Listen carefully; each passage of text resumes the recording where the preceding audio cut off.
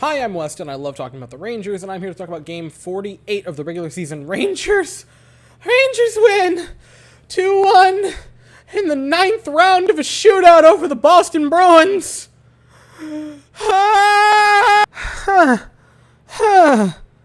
Oh, man. First game back in 2 weeks, and you're like, all right, let's have a mellow, low-energy game. And the Rangers are like, no. Blood pressure through the roof! Okay, first period. The Bruins score, right? Charlie Coyle, he scores. Now, what happened on this play? So, Barclay Goodrow has the puck, and he's like, I have the puck, but I don't want the puck. But I do understand the basic rules of hockey, which is I should keep it within my team. So I shall pass it to Charlie Coyle. Bud, I'm not trying to sound mean, but like, we wear blue, Barclay. Coyle has it. He passes it to Craig Smith, who was right in front, unguarded. He puts a shot on goal. It's actually stopped by Shesterkin, but then Coyle jumps on the rebound and puts it in. And Shesterkin gets a piece of the rebound, but still allows the goal. And, like, okay, Shesterkin's going to win the Vezina this year. I really don't think that's the debate anymore. I think it's can he win the Hart? Again, case is still out on that. Games like this make you think maybe he can. But this goal, right, he allows it, and, like, he almost stops it. He gets a piece of it the first time, almost gets a second piece to, like, fully stop it, but just can't quite get it. And then after it trickles in, he just kind of turtles. And, like, he's one of the best goaltenders in the league, right? He's one of the most athletic goaltenders in the league. The way he can contort his body, we saw that later in this game, and I'll talk about that. But, like, he's still a human and has, like, normal human reactions to things. And, like, I think it's funny because he has the same reaction to allowing this goal as, like, I do when I drop an open jar of mayo. Like, you try to stop it, you kind of, like, reach for it as fast as you can, but then you can't, and you hear it hit the ground, and you close your eyes, and you're like, as soon as I open them and I move my body in the slightest, I'm going to have to clean up a massive mess. And that was Shesterkin on this play. What the hell was that analogy? Anyway, it's 1-0 Bruins. And you leave the first period, it's 1-0. Bruins are up. We have 2 shots on goal, and I really want to get the board out because we hit 2 of the criteria. You got very outshot. You kind of got bailed out by Igor being Igor.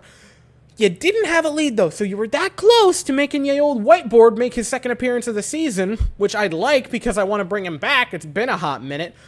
But you leave the first period, you're down 1-0. Then you play the second period, and the Rangers come roaring back. We have 15 shots. The Bruins have, I believe, 9, if I'm not mistaken.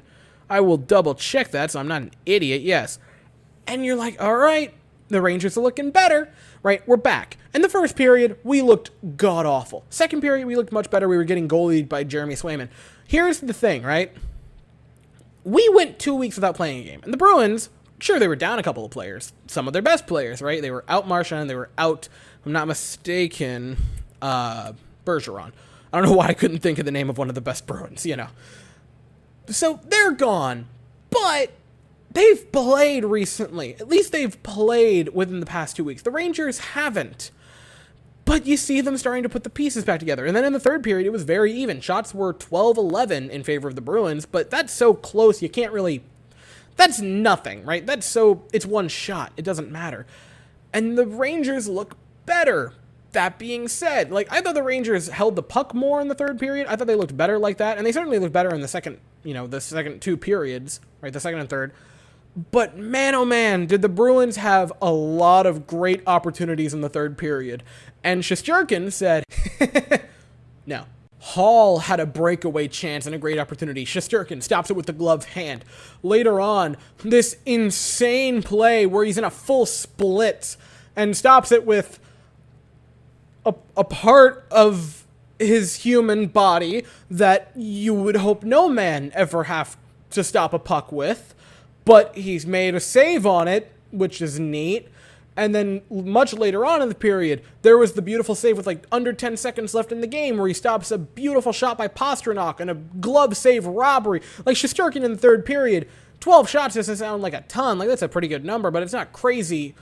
But man, it was how high danger the shots were that were stopped by Shesterkin that makes you just go, man, this guy is on another level right now. He's on such another level that I completely forgot to talk about the Filipino goal. Anyway, let's do that. 6:45 in the third. Rangers have the puck. It was, I believe, Zach Jones. He gives it to Brendan Schneider. He tries to play it into the offensive zone. Dryden Hunt takes it at the blue line and plays it into the offensive zone. Now, I think it might have been offside. And you can tell I think it might have been offside, and probably was, because my voice went to an optim that it really can't go. I don't know that you could have overturned it, because I don't know that the evidence was definitive, but man, that sucks that that's the only goal the Bruins allowed. But Hedl carries in, puts a shot on net. It's stopped by Jeremy Swayman, but he just can't control the rebound. And it was a pretty beautiful play by Filip Hedl to take the puck, beautifully maneuver it around Swayman's pad. And it wasn't like it was in a good spot for Hedl. Like, he was having to go full extension with the stick. So it wasn't, right, it was easy because Hedl was out of position in that sense. But it wasn't an easy goal for Filip Hedl to score. He tucks it home, and the Rangers tie it at 1 apiece on an onside goal. I don't think it was onside. But hey, the Bruins don't challenge, so forward. And that was the only goal the Rangers scored in the entire game. We truck on into overtime. Not without, the amazing Shesterkin saves in the third. Again, go watch the third period for Shesterkin highlights. I mean,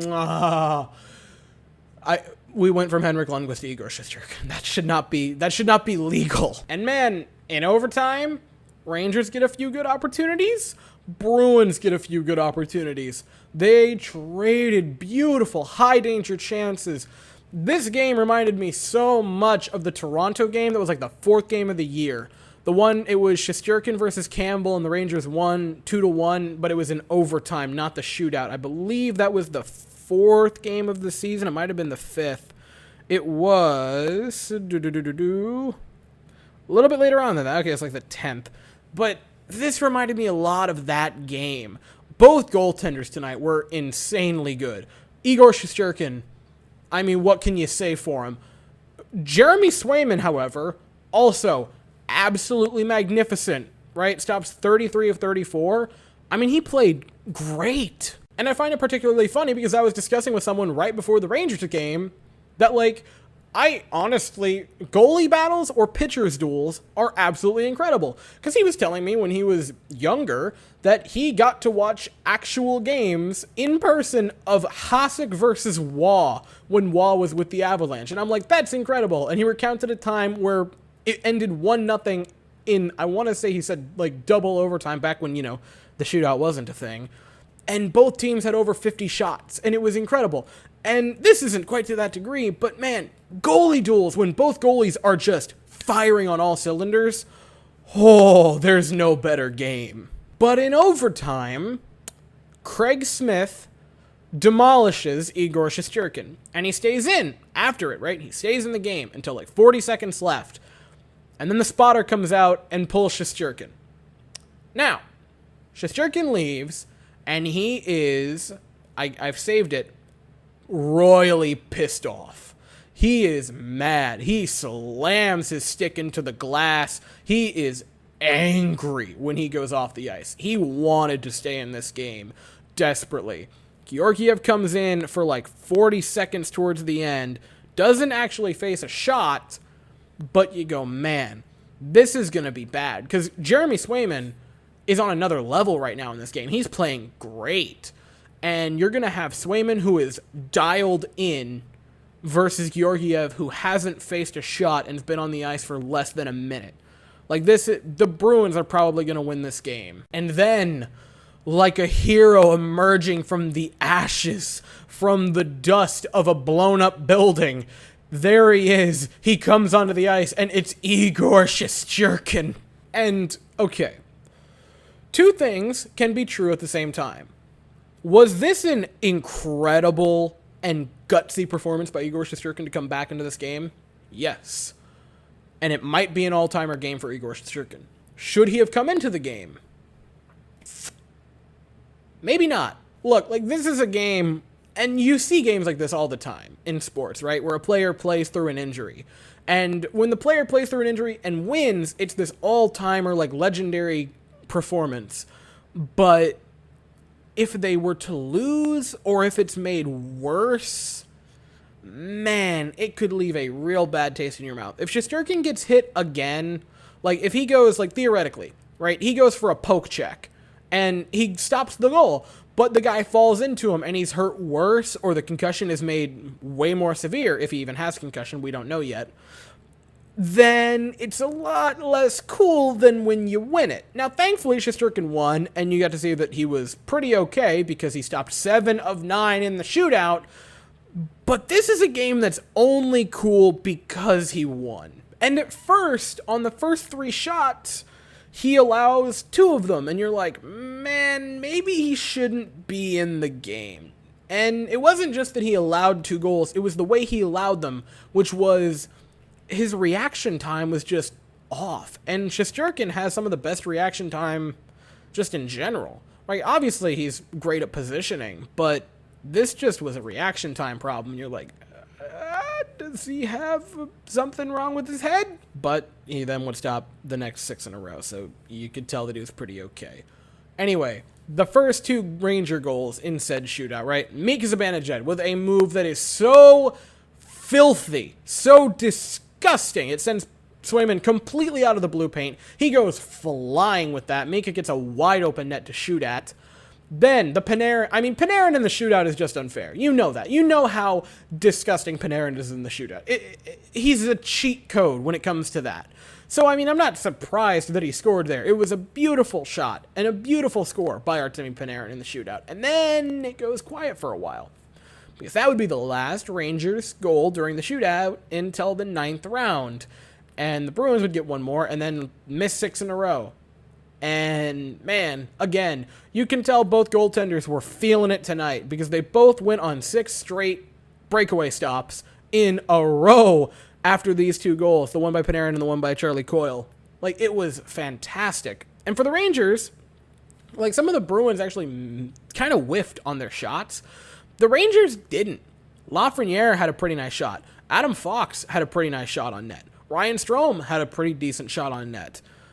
Like, Chris Kreider going with another Kucherov try, it doesn't work, but, like, it was still nice. Hedl looked fine. Hunt tried. And then Keandre Miller. Keandre Miller, and I said this in the last Rangers video I made, which is, once Keandre Miller plays to his size, he's gonna break it. He's just gonna break our defense. And this wasn't playing to his side, but this was showing off that not only is he massive and can get physical, he's got a nice scoring touch, man. And the Rangers, in a 9-round shootout, find a way and win the game. Man, oh man. What a return to games for the Rangers. This was... It was fantastic. All right, so what worked tonight? First things first for the Rangers that I'm going to touch on. I don't want the defensive pairs touched again this season unless it's because you acquire a defender. That's it. If you don't acquire any defensemen between now and the trade deadline, and from now to the end of the season, don't touch the pairings. Fox Lindy, Trouba Miller, and Jones and Schneider are perfect. Please, Gerard Gallant, don't touch them. On that same note, the lines, kind of the same thing. Leave them go. I'm happy with the lines right now. I would like you to acquire some people, certainly, but Panarin, Strome, Gaudreau, Kreider, Mika, and Laffy, wonderful top 6. I'm very happy with those. Gaudreau had that, poopy goal, but other than that, they're fine. The McKegg, Rooney, Reeves line is fine. They're a great checking line. They're going to hit a lot. They're going to beat the hell out of the other team. Don't touch it. The other line with Hunt, Hedl, and Gauthier, I'd really like to see us add a couple players to try to fix that up a little bit. But until you add players, just leave the lines alone. Until changes are made, they're fine. Tonight wasn't like an incredible game for those lines, right? It wasn't great. Through the first 40 minutes, I want to say our top 4 forwards of Panarin, Mika, Kreider, and Laffy had 0 shots. So that's not good, but I think it's just, you can easily write it off as, yeah, we haven't played in 2 weeks. Just leave the lines, the pairings, they're good for right now. Don't change them unless you acquire assets. And there's the elephant in the room. Igor Shesterkin. I've run out of synonyms. He's the best goaltender in the National Hockey League this season. He's on another level right now. He's on another planet. You've heard me say these things. I've said them so many times. And I would go farther. Like, look at how good the Rangers are with Igor Shesterkin in net, and look at the Rangers without. Without Igor Shesterkin, we have a winning percentage at like 500 on the dot. Like, if you go by wins, right? If you go by just that, like how many games we win to how many we lose, with Shesterkin in net, we are a powerhouse in the National Hockey League. We are one of the top teams in the league.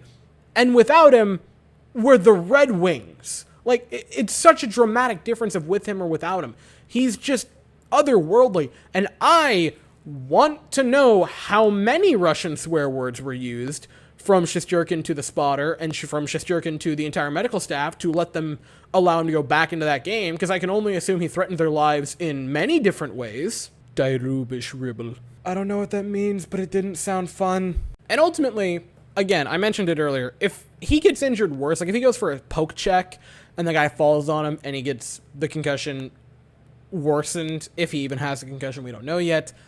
That's obviously terrible, and you're like, man, this was a horrible mistake. But because it worked out, because he stopped 6 in a row in the shootout, because of the win, this is going to be an all-timer Igor Shesterkin game. Point blank, 10 years down the line, however long it is when he eventually hangs it up, I know this is getting ahead of myself.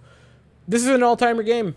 Time that he got wrecked and still was incredible in the shootout, emerges like a fallen hero and saves us in the shootout. All-timer game for Igor Shesterkin. I mean, this was... what a return to games for the Rangers, huh? Man, we're back and it feels good. I'm so happy to be making videos again. I missed this. Anyway, that is all I have for tonight. I will be back Thursday because the Rangers take on the Red Wings. We're still in MSG, and I'll be here to talk about that game in full. So, that is all I have for this evening. Thank you all so very much for watching. I hope you all have an absolutely fantastic day, and as always, go Rangers.